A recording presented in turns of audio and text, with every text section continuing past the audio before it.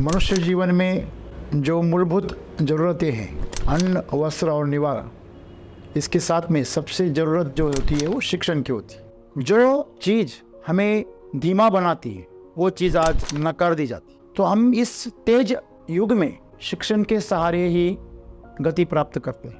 हमेशा ऐसा ही होता है कि जो चीज़ हमें ऊपर उठाती है वही हमें नीचे गिराती भी है, अगर हम उसका सही इस्तेमाल ना करें। और यही चिंता सद्गुरु जी को सता रही। शिक्षण देने की जो प्रणाली है, व्यवस्था है, जो सिस्टम है, आज हर कोई उठकर सिस्टम को दोष देता है, लेकिन सिस्टम फॉलो तो आप ही कर रहे हैं। ये जो शिक्षण प्रणाली है, अंग्रेजों ने कारकुन बनाने के लिए, हाथ के नीचे सिर्फ काम करने के लिए ये शिक्षण प्रणाली बना। इंसान का जीवन खिलने के लिए जो शिक्षण चाहिए वो उनके प्रणाली में नहीं था। और आज स्वतंत्रता के कितने सालों बाद, 70 साल हो गए, फिर भी वो प्रणाली आज भी जारी है। अक्सर ऐसा होता है कि टीचर के पास सिर्फ किताबों में छपी जानकारी होती है जो सिर्फ तथ्य है, लेकिन सत्य नहीं हो सकता। आपको वही जानकारी हो सकती है जो गीत आप अनुभव कर चुके, आप जान चुके, वो तो पल निकल गया, लेकिन जीवन में हर पल नया है। आपको आपके जीवन में हमेशा आउट ऑफ द सिलेबस सवाल आएंगे, और जो शिक्षण प्रणाली है आज की, वह आपको तथ्यों में इतना बांध देती है कि आपकी सोचने की क्षमता को खत्म कर देती। शिक्षण प्रणाली हमने ऐसी बनाई कि महत्वाकांक्षी लोग बन जाते हैं, घमंडी लोग बन जाते हैं, चालबाज बन जाते हैं, बुद्धि का उपयोग दूसरों को ठगने के लिए कर, कानून में छूटने के रास्ते सीखने के लिए बना। तो ऐसी शिक्षण प्रणाली जो आपको एक अच्छा इंसान ना बना सके, वो कोई काम की। तो सद्गुरु यही जगा रहे हैं हमें कि हमारी जो शिक्षण प्रणाली है वो तथ्यों पर आधारित ना होकर एक बेहतर इंसान, बेहतर जीवन जीने के लिए, उस ओर बढ़ने के लिए, सत्य को खोज करने के लिए हम उन्हें तैयार करें।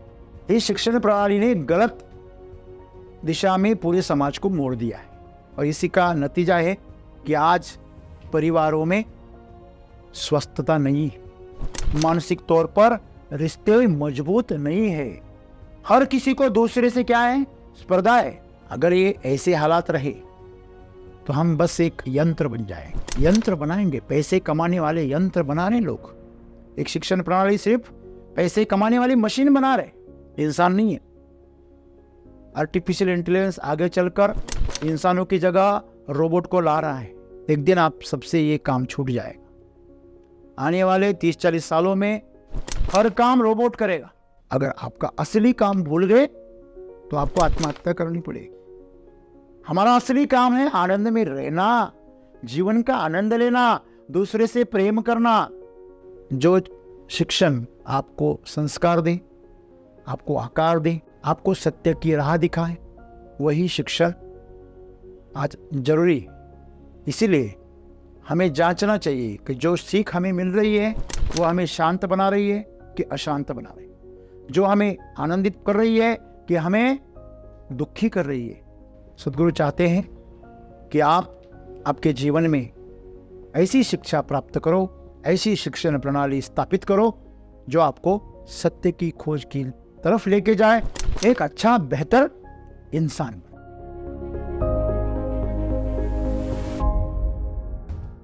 दोस्तों, मनुष्य जीवन में जो मूलभूत ज़रूरतें हैं, अन्न, वस्त्र और निवारा, इसके साथ में सबसे ज़रूरत जो होती है वो शिक्षण की होती है।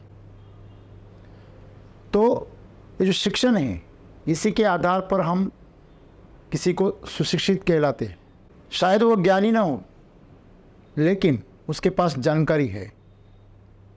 और आज के ज़माने में जो हम इंफॉर्मेशन टेक्नोलॉजी कहते हैं, इंफॉर्मेशन टेक्नोलॉजी का जो आज युग चल रहा है, उसमें जिसके पास जानकारी है वो एक कदम आगे रहता। जानकारी ज्ञान नहीं है, लेकिन फिर भी उसका सांसारिक जीवन में महत्व है।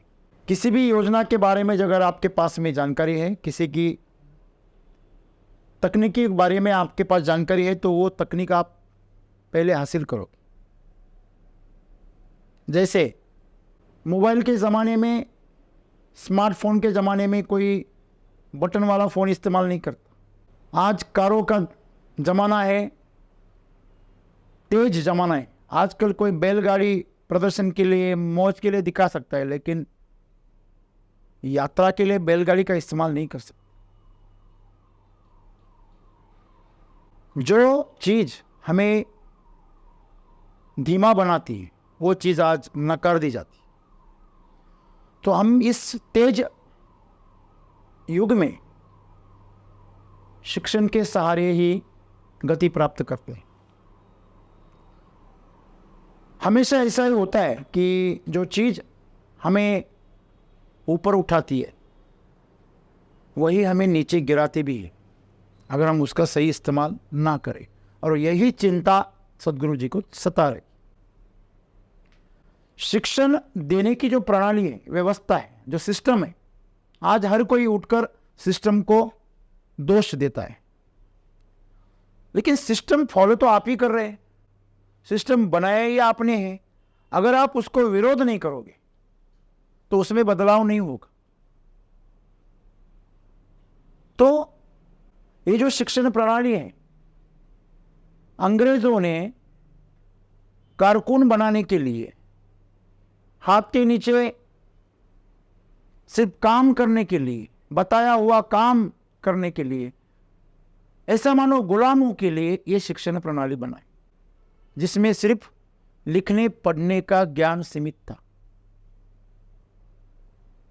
लिखने और पढ़ने का कौशल, और उस कौशल को वो इस्तेमाल करेंगे। वो बस उतना ही शिक्षण देते थे जिनका उनको फायदा हो। इंसान का जीवन खिलने के लिए जो शिक्षण चाहिए वो उनके प्रणाली में नहीं था। और आज स्वतंत्रता के कितने सालों बाद, 70 साल हो गए, फिर भी वो प्रणाली आज भी जारी है। जो लोग महान हुए वो आज भी कहते हैं कि शिक्षण जो है, इससे इंसान एक अच्छा इंसान बने इसकी कोई गारंटी नहीं, एक सफल इंसान बने इसकी कोई गारंटी नहीं, फिर भी वही प्रणाली आगे चल रही। क्यों इतना उसमें बदलाव की जरूरत है? क्योंकि वो सिर्फ और सिर्फ तथ्यों पर आधारित है। जो हो गया, जो मान लिया गया, वही किताबों में छपता है और किताबें ही पढ़ाई जाती है, जीवन पढ़ाया नहीं जाता। जो गुजर गया, जो टेक्नोलॉजी पुरानी हो गई, उसी के तथ्य सिखाए जाते, जैसे कि, और जो सिखाने वाले हैं उनको उसका कोई ज्ञान नहीं, कोई अनुभव नहीं। जैसे कि हम कहते हैं, जो एग्रीकल्चर में पढ़ाते हैं शायद ही वो प्रोफेसर खुद खेती करते हो। जो मेडिकल साइंस में डॉक्टर को सिखाते हैं, डॉक्टर बनना सिखाते हैं, शायद ही वो खुद कभी प्रैक्टिस किए हो। उन्होंने सिरिंज भी हाथ में सिर्फ सिखाने के लिए ली। उन्होंने सीजर हाथ में सिर्फ दिखाने के लिए की, मृत शरीरों को काट के दिखाया। कभी जिंदा ऑपरेशन उन्होंने किया भी हो पता नहीं। टांके उन्होंने मुर्दा शरीर में लगाने सिखाए, जिंदा शरीर शायद ही कभी उनको अनुभव हुआ। इंजीनियरिंग में आप जाओ, खुद उन्होंने कभी कोई प्लान बनाए, उसको एग्जीक्यूशन किया, शायद ही घटा। अक्सर ऐसा होता है कि टीचर के पास सिर्फ किताबों में छपी जानकारी होती है, जो सिर्फ तथ्य है, लेकिन सत्य नहीं हो सकता। हम मानते हैं कि 9 ग्रह है, लेकिन ये सत्य है ऐसा नहीं कह सकते। हम मानते हैं कि पृथ्वी अकेली है, लेकिन ये तथ्य है, और भी पृथ्वी हो सकती है, खोज जारी है। गैलीलियो के पहले समझते थे कि पृथ्वी सपाट है। आप अभी इस जमीन पर चल रहे, आप यहां से वहां चले गए और आपको कोई पूछे कि ये धरती कैसी है, बच्चों को पूछो। आप यहां से चले गए बच्चा वहां तक, उसको पूछो कि ये धरती कैसी है, तो वो बोलेगा सपाट है। बस वही धारणा ही थी, वही तथ्य थे। गैलीलियो ने बताया तो उसका जीवन मुश्किल में आ गया, उसे मृत्युदंड की शिक्षा दी गई। तो हमारे तथ्यों पर सवाल खड़े कर रहा है। हमेशा पंडित और शिक्षक साथ में खड़े रहते, क्योंकि उनके पास सिर्फ तथ्य होते हैं, जीवन नहीं होता। जीवन जो अभी चल रहा है और तथ्य जो गुजर गया। आपको वही जानकारी हो सकती है जो गीत आप अनुभव कर चुके, आप जान चुके, वो तो पल निकल गया, लेकिन जीवन में हर पल नया है। किताबों में छपे सवाल और इम्तिहान आपको सामने, जब इम्तिहान होते तो किताबों में छपे ही सवाल आते। अगर आउट ऑफ द सिलेबस सवाल आ गया तो बड़ा हंगामा खड़ा हो जाता, लेकिन जीवन में कभी भी किताबों में छपे सवाल नहीं आते, हमेशा आउट ऑफ द सिलेबस का ही सवाल आता है। इसीलिए तो जीवन का आनंद है। अगर आपका जीवन स्क्रिप्टेड हो गया, पहले ही आपके जीवन का पूरा स्क्रिप्ट आपको अगर पता चले, तो आपके जीवन से रस निकल जाए। आपको पता चले अभी कि आपकी शादी किसके साथ होगी, आप कहाँ नौकरी करोगे, फिर आपकी सैलरी कितनी होगी, आपको कितने बच्चे होंगे, आपको फलाना ढिमका सब आपको पता चले, आपकी मृत्यु कैसे होगी, कब होगी। अगर सब कुछ पता चले तो कोई मैच पहले से ही फिक्स हो गया है और उसे आप अगर खेल रहे हैं, इसी तरह आपका जीवन बोरियत से भर जाएगा। तो शुक्र करो, धन्यवाद दो उस प्रकृति को जिन्होंने आपका जीवन नॉन स्क्रिप्टेड बनाया, और तथ्य जो है वो स्क्रिप्टेड लाइफ बनाती है। ये ऐसे ही होगा, 2 और 2 4 हो जाते बस, या 2 को 2 गुना करो फिर भी 4 ही हो जाते हैं। एक तथ्य है, लेकिन ये तथ्य 3 को लागू नहीं होता। 3 में 3 मिला दे तो 6 हो जाते, लेकिन 3 को अगर 3 से गुना करो तो 9 हो जाते। फिर ऐसे नहीं कह सकते आप 2 से अगर 2 मिला दिए तो 4 हो जाते, 2 से 2 गुना करो तो 4 ही क्यों हो जाते, तो 3 के अगर 6 हो जाते हैं तो 6 ही होने चाहिए। ऐसे नहीं कह सकते आप, क्योंकि जीवन नित्य नवीन है, सूत्र एक ही है, लेकिन जवाब अलग है। जीवन ऐसी है। आपको आपके जीवन में हमेशा आउट ऑफ द सिलेबस सवाल आएंगे, और जो शिक्षण प्रणाली है आज की, वह आपको तथ्यों में इतना बांध देती है कि आपकी सोचने की क्षमता को खत्म कर देती। कल मैं एक बहुत ही संवेदनशील कृषि का दुकान चलाने वाला, केमिकल का दुकान चलाने वाले एक दुकानदार से मिला, जो 20-30 साल से वो बड़ी ईमानदारी से वो दुकान चला रहा है, किसानों को मार्गदर्शन कर रहा है। और उसको जब समझा कि इससे नुकसान हो रहा है, तो वो तुरंत खोजने लगा कि किसानों को और क्या दे सकते हैं। तो अपने वैदिक की तलाश में आ गए। खुद का अभी अच्छा बिजनेस चल रहा है, 2-3 करोड़ का बिजनेस करता है, फिर भी उसको उसमें तृप्ति नहीं है। तो उसने मुझे एक मजेदार किस्सा बताया। बोले, सर मैं जानता हूं ये जहर कितना खतरनाक है, लोग डिब्बे भर भर के अपने खेतों में डाल देते। अभी बोले जो कीड़ा आता है, सफ़ेद कीड़ा जो खाद से निकलता है और आपके फसलों की जड़ों को खा लेता है, तो वो कीड़ा मारने के लिए लोग 5-5, 10-10 लीटर क्लोरोपाइरीफॉस और खतरनाक जहर लेकर जमीन में छोड़ देते हैं। और वो बोले, मुझे परेशानी इस बात से ज़्यादा नहीं होती है कि वो लेके जा रहे हैं, मुझे परेशानी इस बात से हो रही है कि वो बेस से एग्री है। अगर पढ़ा लिखा अगर जहर के इस्तेमाल के लिए अगर आगे आए तो समझ लेना ये पढ़ाई गलत है। ये तथ्यों पर आधारित पढ़ाई, ये सत्य के आधार पर नहीं है।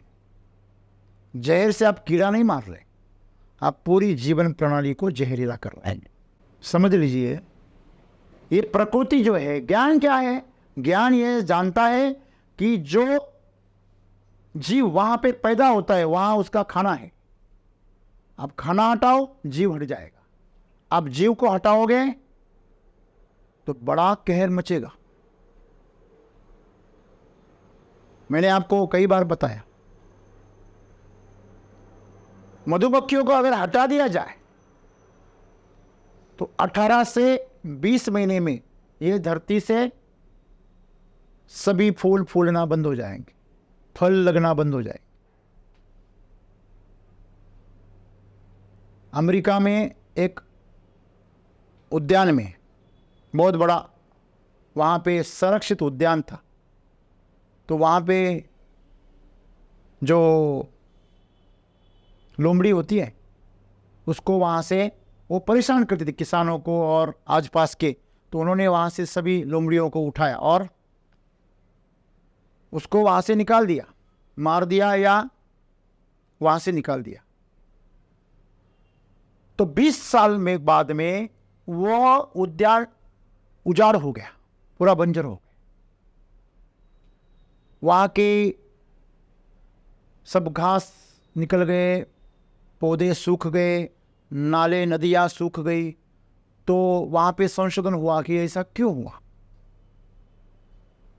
तो फिर पता चला कि लोमड़ियों को हटाने से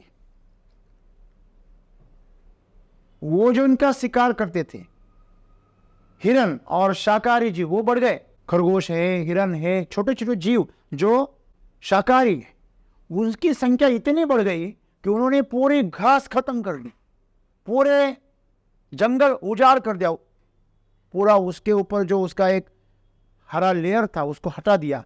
धूप से मिट्टी बर्बाद हो गई और वो ढीली हो गई। तो बारिश के मौसम में वो मिट्टी बह गई, मिट्टी बहने से पौधे ढीले हो गए और पौधे गिर गए और मिट्टी की ऊपरी परत हिलने की वजह से जमीन का जो भूजल स्तर है वो नीचे चला गया और ये साइकिल पूरा डिस्टर्ब। तो वापस उन्होंने वहां पर लोमड़ियों को लाए, तो अगले 5 सालों में वापस वो हरा भरा हो गया। तो कहाँ तथ्य रहा और कहाँ ज्ञान रहा। तो किताबी जो ज्ञान है वो आपके जीवन में कभी भी काम नहीं करता। कर भी गया तो इत्तेफाक से करेगा, कुछ समय के लिए करेगा, बाद में वो आउट ऑफ द डेट हो जाएगा, आउटडेटेड हो जाएगा, कोई काम का नहीं। आज जितना भी ज्ञान आपने संभालने के लिए आपने पढ़ा, उसमें से कितनी जानकारी आपके काम आ रही है आज। हमेशा हम कहते हैं कि साइन थीटा ये क्यों पढ़ा है, हमें आज तक हमें पता नहीं। साइन थीटा कॉस टैन क्यों पढ़े हम, क्या उसका कभी इस्तेमाल हुआ जीवन में? कभी। ऐसी बहुत सारी जानकारी है जो हम स्कूल में पढ़ते हैं, लेकिन उसका कभी भी हमारे जीवन में आज तक संबंध नहीं आया। इसलिए सद्गुरु कहते हैं शिक्षण प्रणाली हमने ऐसी बनाई कि महत्वाकांक्षी लोग बन जाते हैं, घमंडी लोग बन जाते हैं, चालबाज बन जाते हैं, बुद्धि का उपयोग दूसरों को ठगने के लिए करते, व्हाइट कॉलर गुंडा बनने के लिए करते, भ्रष्टाचार करने के लिए बनते। बुद्धि का उपयोग आजकल, शिक्षण का उपयोग कानून में छूटने के रास्ते सीखने के लिए बनाते। तो ऐसी शिक्षण प्रणाली जो आपको एक अच्छा इंसान ना बना सके वो कोई काम की। तो सद्गुरु यही जगा रहे हैं हमें कि हमारी जो शिक्षण प्रणाली है वो तथ्यों पर आधारित ना होकर एक बेहतर इंसान, बेहतर जीवन जीने के लिए, उस ओर बढ़ने के लिए, सत्य को खोज करने के लिए हम उन्हें तैयार करें। कोई भी कंपनी मोबाइल बनाती है, अगर वो पहले से ही सब ऐप डाल दे और पूरे ऐप में डेटा भी डाल दे पूरा, वो उनके अपने फैमिली के, उनके कंपनी के फ़ोटो डाल के आपको भेज दे गैलरी में, पूरी गैलरी भर के दे दे, तो बढ़िया रहेगा ना। ऐसा वेटेड फ़ोन जो पूरा अपलोड ही रहे, ऐसा फ़ोन आप लेना चाहेंगे? हाँ, आज की शिक्षण प्रणाली वही कर रही। सॉफ्टवेयर तो नहीं दे रही, डेटा दे रही है। शिक्षण प्रणाली का काम यह है ये अच्छा सॉफ्टवेयर बनाए। और आज की शिक्षण प्रणाली क्या बना रही है? डेटा ठूस रही है, दिमाग का ढक्कन खोल के उसके अंदर जानकारी का जूस भर रही है। ऐसे ही है, ऐसे ही होता है। आप जितना मतलब जितना डेटा उसके दिमाग में है वो उसमें भरने की वो कोशिश, उसको भी पता है वो जानकारी, वो जो भी तथ्य हैं वो उनके जब जीवन में कभी काम उसने किए ही नहीं। आपको पता है सबसे परेशान अगर किसी के लड़के होते, बच्चे होते ना, तो टीचर के होते।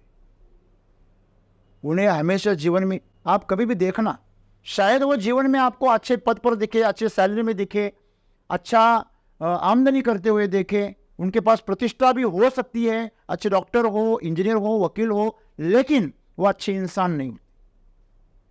ये मेरा आरोप नहीं है, ये मैं आज जो हालात है उसकी बात कर रहा हूं।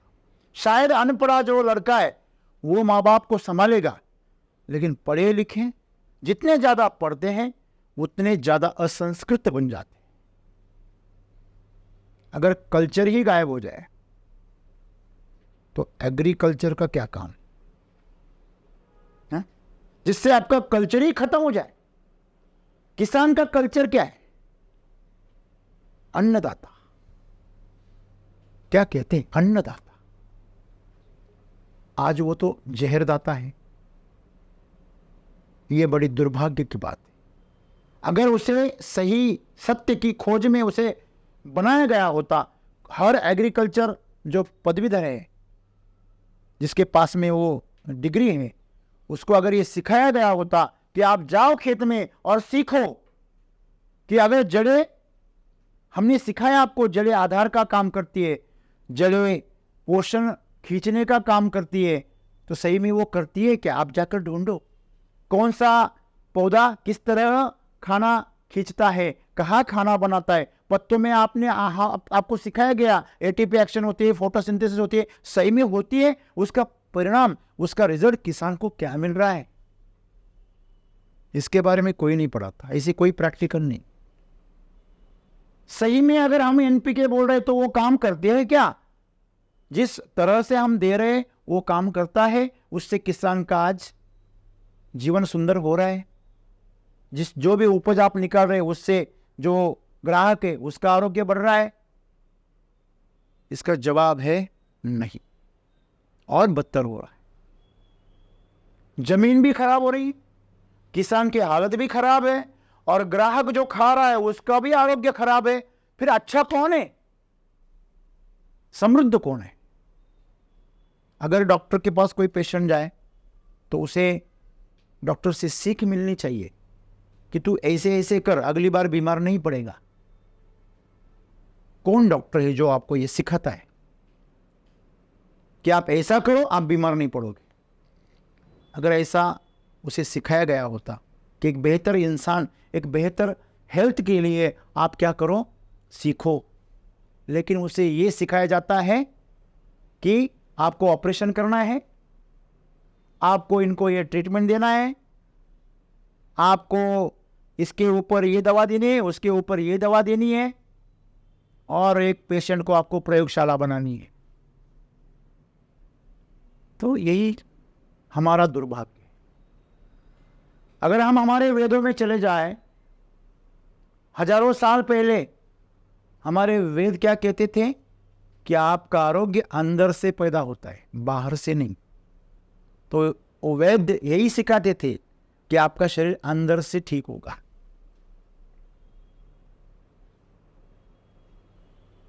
और ये आज हम हमारी हेल्थ बाहर से ठीक करने की कोशिश कर रहे हैं, हमारा मन बाहर से ठीक करने की कोशिश कर रहे हैं। कितनी बड़ी विडंबना है।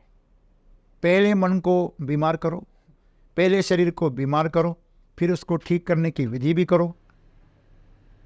कोई ऐसी शिक्षण प्रणालियां कभी भी जीवन को सत्य की तरफ लेके नहीं जा सकती। ईश्वर की बात तो छोड़ दो, अंतर ज्ञान की बात भी छोड़ दो, जन्म मृत्यु की भी बात छोड़ दो, कम से कम एक अच्छा बेहतर जीवन तो जियो, एक स्वस्थ जीवन जियो। आपके पास एक स्वस्थ शरीर हो, आपके पास एक स्वस्थ मन हो। बस इतनी सी बात तो हम इस एजुकेशन सिस्टम से एक्सपेक्ट कर सकते हैं। क्या वो हो रही है? हाँ, जो भी होता है नाम के लिए होता है। कितने सारे स्कूलों में पसायदान लिया जाता है। जाकर पूछना, टीचर से पूछना, सर जी इसका मतलब क्या होता है।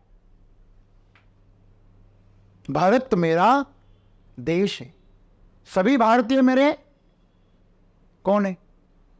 हाँ, भाई बहन है। फिर भी अत्याचार होते। बहन पर अत्याचार कोई करता है? बहन का मतलब ही नहीं समझा। बंधुत्व का मतलब क्या होता है अगर ये समझता, आप सभी ने भी कितनी बार रटा होगा असेंबली में,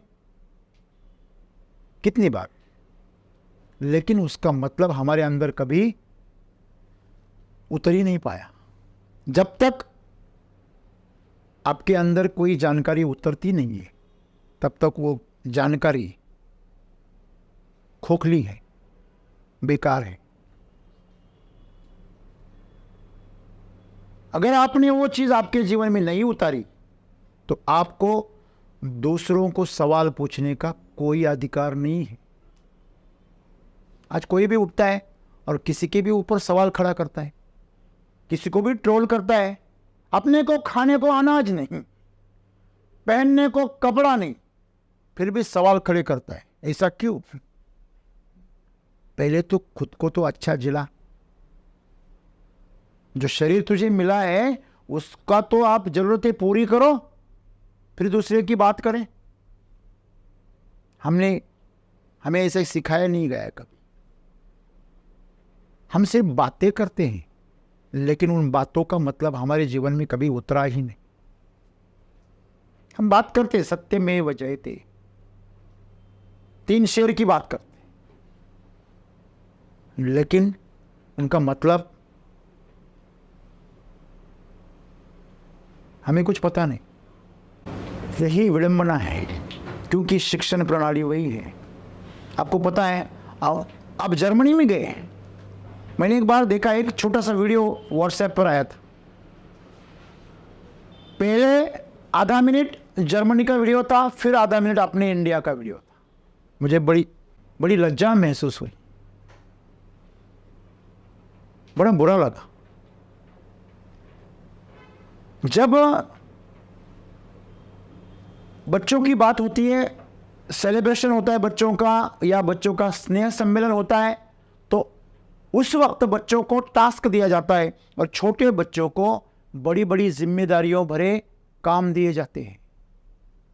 जैसे बड़े काम करते हैं ना, ये मानो इलेक्ट्रिक फिटिंग करना, मशीनरी में काम करना, जो वो संभाल पाए, इस तरह की जिम्मेदारियां उनके ऊपर दी जाती है छोटे छोटे बच्चों को। जैसे हमारे इधर टीचर डे होता है तो बच्चों को टीचर बनाते, वैसे वहां बच्चों को उनके कल्चर के नाम पर कौशल सिखाए जाते, जीवन जीने की कला। हमारे इधर अगर लाइट ऑफ हो गई तो जब तक इलेक्ट्रिशियन नहीं आएगा ये अंधेरे में बैठेंगे। हमने स्कूल में पढ़ा नहीं है, प्लस माइनस, शॉर्ट सर्किट, ये पढ़ा नहीं क्या? पढ़ा है ना विज्ञान में, लेकिन वो कुछ काम का नहीं।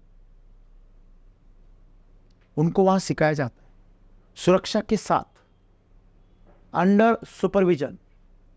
और आधे वीडियो में हमारे इधर अप्सरा अली इसका डांस दिखाया जा रहा है, छोटे छोटे बच्चे कर। कैरेक्टर ढीला है,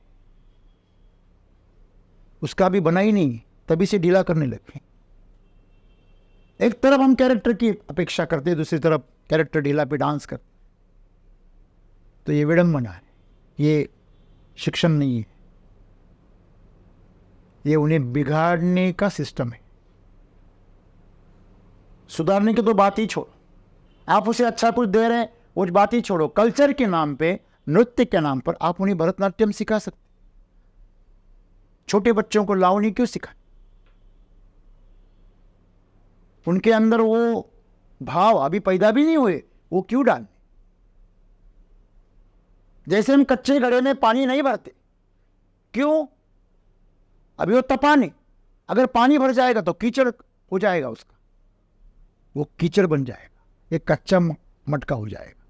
उसी प्रकार जब तक उनका मन विकसित नहीं होता तब तक उसके अंदर भाव डालना पाप है, गलत है। उसके जीवन से छेड़छाड़ कर रहे, खेल रहे। ये हम नहीं जानते। आधुनिकता के नाम पर हम बहुत ही विकसित हो गए। फॉरेन कंट्री जो कर रही है उसका हम क्या कर रहे हैं, फॉलो कर रहे हैं। वहां पर हमारे कल्चरल डांस को नंबर 1 मिलता है और हम यहाँ हमारे बच्चों को फोक डांस सिखा रहे, ब्रेक डांस सिखा रहे, हिप हॉप सिखा रहे। कभी जाना है हिप हॉप का मतलब क्या होता है? कितनी गंदी बात है, उसको हम स्टैंडर्ड कह रहे हैं छोटे बच्चों को। तो ये अगर शिक्षण है तो वाकई ये बंद करना जरूरी है। अगर ये बंद नहीं करेंगे तो हमारे कल्चर में सभी गलतियाँ ऐसी अंदर घुस जाएंगी कि बाद में उसे साफ करना हमारे हाथ में नहीं रहेगा, हमारे कंट्रोल में नहीं रहेगा। इसलिए सद्गुरु बता रहे। एक बहुत ही ताजी घटना हुई। 2 लड़कियां, पहले बड़ी लड़की आईटी हुई, अच्छे सैलरी में बड़ी कंपनी में काम करने लगी, शादी हुई, फिर घटस्फोट हुआ, वो परेशान हो गई। फिर कोयम्बतूर में सतगुरु जी के आश्रम में शरण आ गई, वहाँ उसे शांति मिली और वो सन्यासी बन गई। उसको मिलने के लिए उसकी छोटी बहन आई, वो भी वहां जाकर सन्यासन बन गई, ध्यान करने लगी, धारणा करने लगी और वहां पे वॉलंटियर बन गई, स्वयं सेवक बन गई। सभी अपना जीवन समर्पित कर दिया। तो उनके पिताजी पढ़े लिखे थे, होशियार थे, कानून जानते थे। उन्होंने सतगुरु जी के अगेंस्ट केस डाल दी। देखो आज का शिक्षण क्या कर रहा है, केस ऐसे डाली कि मेरे बच्चों का, मेरी लड़कियों का ब्रेन वॉश किया, उनको कुछ जड़ी बूटियां खिलाई और उनको वहां पे बंदी बनाया गया। जो खुद स्वतंत्रता सिखाते हैं, जो खुद मोक्ष सिखाते हैं, जो खुद जीने की राह सिखाते हैं, उनके ऊपर आरोप। आप बिलीव नहीं करोगे, 1500 पुलिस की टुकड़ी वहां पर छापा डालने गई और सभी वॉलंटियर से उन्होंने पूछताछ की, जांच की। जब कोर्ट में वो सुनवाई हुई तो दोनों लड़कियों ने कहा जो कुछ फैसले लिए हैं हम बालिग हैं और हमने खुद लिए हैं, इसमें हमारे ऊपर कोई ज़बरदस्ती नहीं है, ये हमारी इच्छा है कि हम हमारा जीवन ऐसे जिए, इसमें हमें आनंद आता है, हमें संसार में कोई रस नहीं। हम इस आध्यात्मिक कार्य के लिए अपने आप को सौंप चुके हैं। तो बताने वाली बात है, इस बात का बड़ा बवाल खड़ा हो गया। अब सोचिए लोग अपने शिक्षण का इस्तेमाल कैसे करते, कानून का इस्तेमाल कैसे करते। तो अपनी लड़कियां अपने कंट्रोल में नहीं है तो कानून का सहारा ले ले। हाँ, ये सही है गलत है? तो अगर आप ऐसे इंसान बनोगे, ऐसे इंसान अगर ये शिक्षण प्रणाली बनाएगी तो बिल्कुल ही इस जीवन से आनंद हट जाएगा। बच्चे आपकी संपत्ति नहीं है। अगर आपका हर घर में ये हो रहा है, हर घर में हर माता पिता अपने बच्चों पर प्रेशर डालते हैं, तुझे यही बनना है, आत्महत्याएं करते हैं बच्चे। मैं जानता हूं ऐसे बहुत सारे लोगों को। अकेली संतान को पूरी यौवन में खो दिया, अकेली संतान। क्यों? क्योंकि वो उसको डॉक्टर बनाना चाहते थे और इसको एक आर्टिस्ट बनना था, इसको कोई कलाकार बनना था, पेंट करने में उसी इच्छा बहुत थी, पेंटिंग करता था, डांस करता था। आप मछली को पेड़ पर चढ़ाना चाहते और बंदर को पानी में तैराना चाहते। क्यों? क्योंकि आपकी महत्वाकांक्षा थी, आप डॉक्टर बनना चाहते थे लेकिन आप नहीं बन पाए क्योंकि आपके पास पैसा नहीं था। आज आपके पास पैसा आ गया, लेकिन आप इंजीनियर बन गए थे, इसलिए आपको आपके बच्चों को डॉक्टर बनाना है। ये गंदगी अगर आपके सिस्टम से आ रही है, पैसे को महत्व दे रहे, पद को महत्व दे रहे, प्रतिष्ठा को महत्व दे रहे, तो ये सत्य की खोज नहीं। और जब तक ये मनुष्यता सत्य की खोज नहीं करेगी, तब तक ये होता रहेगा। अगर मैं टीचर था तो मेरा बच्चा अव्वल ही आना चाहिए। मुझे बहुत आनंद है कि मैंने मेरे बच्चों पे कभी भी प्रेशर नहीं डाला, कभी भी। उनको जैसे जीना है वैसे जीने दिया, सावधान करता रहा, करता आया हूं, करता रहूंगा, लेकिन उसका मालिक नहीं बनूंगा। बच्चे हमारे माध्यम से आते हैं, हम उनके मालिक नहीं हैं। तो वही है, इस शिक्षण प्रणाली ने गलत दिशा में पूरे समाज को मोड़ दिया है, और इसी का नतीजा है कि आज परिवारों में स्वस्थता नहीं है, मानसिक तौर पर रिश्ते मजबूत नहीं है। हर किसी को दूसरे से क्या है, स्पर्धा है, अपेक्षा है। दोनों भाइयों में स्पर्धा है, कौन कितनी सैलरी लेता है। दोनों बहनों में स्पर्धा है, कौन कितनी पैसे कमाती है, कौन ऊंचे पद पर जाती है, कौन हमारे परिवार की प्रतिष्ठा बढ़ाती है। लेकिन उसके आनंद के लिए परिवार कुछ नहीं करता। तो अगर ये ऐसे हालात रहे तो हम बस एक यंत्र बन जाएंगे, यंत्र बनाएंगे, पैसे कमाने वाले यंत्र बना रहे लोग। एक शिक्षण प्रणाली सिर्फ पैसे कमाने वाली मशीन बना रहे, इंसान नहीं है। आर्टिफिशियल इंटेलिजेंस आगे चलकर इंसानों की जगह रोबोट को ला रहा है। एक दिन आप सबसे ये काम छूट जाएगा। आने वाले 30-40 सालों में हर काम रोबोट करेगा। आप अगर आपका असली काम भूल गए तो आपको आत्महत्या करनी पड़ेगी। हमारा असली काम है आनंद में रहना, जीवन का आनंद लेना, दूसरे से प्रेम करना। प्रेम की ज्योत जलाते चलो, राह में जो आए, जो दिन दुखी आए, उसे प्रेम से गले लगा लो। यही जीवन है। जब उनको मदद करने की बात आती है ना, तो पढ़ा लिखा बोलता है उसने पाप किया है, वो पाप भोग रहा है। बराबर, उसे भोगने दो ना उसका पाप। तो क्यों उसका इंस्पेक्टर बन रहा है, जांच अधिकारी बन रहा है, उसका न्यायाधीश बन रहा है? ईश्वर तय करेगा उसने पाप किया है कि नहीं किया है।